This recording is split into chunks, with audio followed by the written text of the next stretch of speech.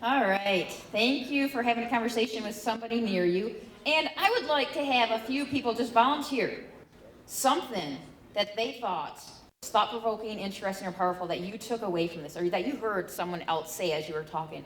And just a few volunteers. Yes, right there in the. Well, I'm glad to see that research is showing what we've always thought for years, that nature is good for kids. Yes. I think that's proof, right? Yes, there's lots of research on this. That nature is good for kids, and getting kids out in their community and environment is good for kids.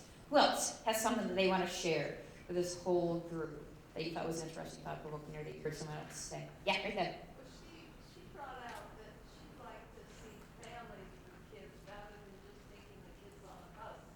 And I don't know how to do that. Okay, so yeah, good. Yeah, see families with kids, how to do that, and think about how to do that. That's something, definitely something to think about. Mm-hmm. Anybody else have any thoughts they want to share with the whole group about what they just saw in that video? Like for me, yeah, I'm right there in purple. Purple, I think it looks purple, kind of.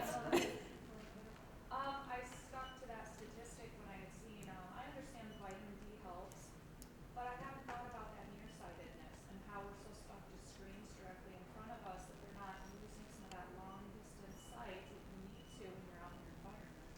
Yes, yes, yes, yes. Someone else had their hand raised. I saw someone else. Red, yeah. Think about being under age 11 and learning to care for the environment and how that carries over into adulthood or stewardship, Mm-hmm. that sense of shared stewardship. Yeah, yes, very, very critical. So I'm looking at this group right now, and there's a few young people in this group for sure.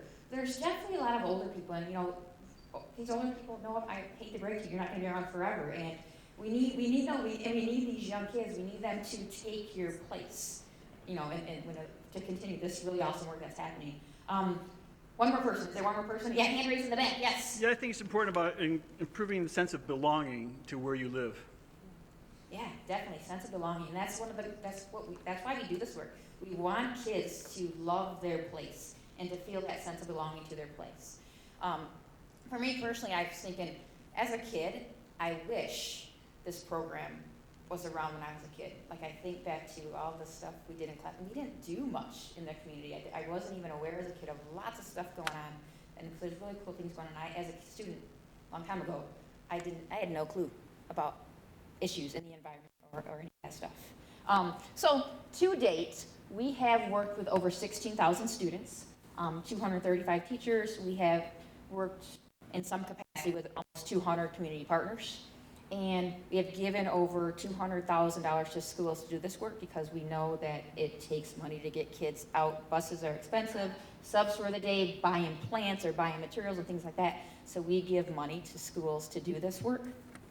And what this work looks like is, Kathy is very familiar with this. These are Muskegon students who have been working at Grand Trunk Restoration, some of the work they've done, soften up the shoreline, looking at plants in the water and analyzing those plants and doing some native planting there at Shoreline, at Grand Trunk Restoration. And that work has been going on for years.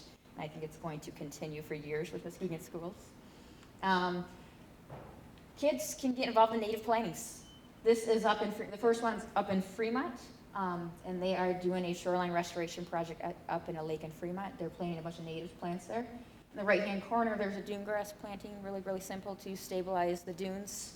And then the bottom picture is planting some trees right near on the other side of Veterans Park, right by that bike path there. That kid, North Muskegon students, by the near Muskegon Lake Nature Preserve. I think, is it technically that, or is it next? It was on the open grass. It's right by that road. I don't know if it's technically the preserve, but road right away in Erickson's. Yeah, right there. Yeah, so they were working with the Muskegon River Watershed Assembly to plant some native trees in that area. Another thing kids do, you saw from the video, is stuff with water quality testing. They can look at macroinvertebrates. They can analyze the nitrogen and phosphorus, pH, and all that good stuff, and keep an eye on that for lakes and rivers. Invasive species removal. Melanie was talking about this. All the tremendous amounts of pounds that kids can remove in a day is amazing. In this picture, it looks like it's all garlic mustard they're removing, but a lot of projects focus around invasive species because It doesn't cost a whole lot of money, and a lot of work can get done. Another big topic is marine debris, and this can be as simple as beach cleanups. We have schools that do beach cleanups on a regular basis. From that, in the top picture, they did a beach sweep, and then they're analyzing it and deciding, okay, now that we found all this trash, what needs to be done so we don't have to keep doing this in the future? And they decided, this was at Duck Lake State Park, they decided at Duck Lake State Park, one thing they could do was get recycling out there because there wasn't any recycling at the state park before they did this work. And so now they work with the state park, and there's a recycling program out at Duck Lake State Park.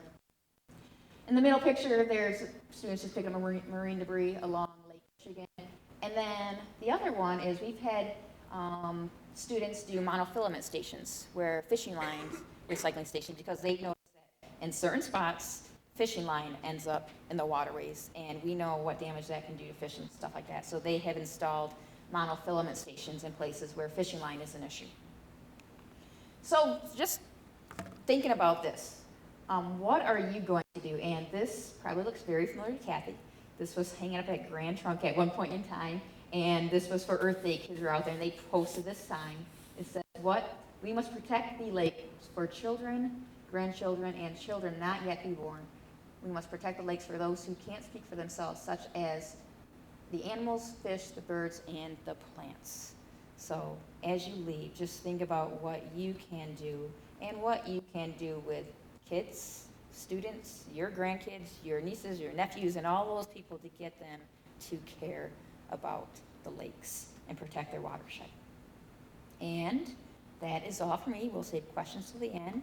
Janet Vale is next. She'll continue on with education and students. And I'll leave this for you, Janet.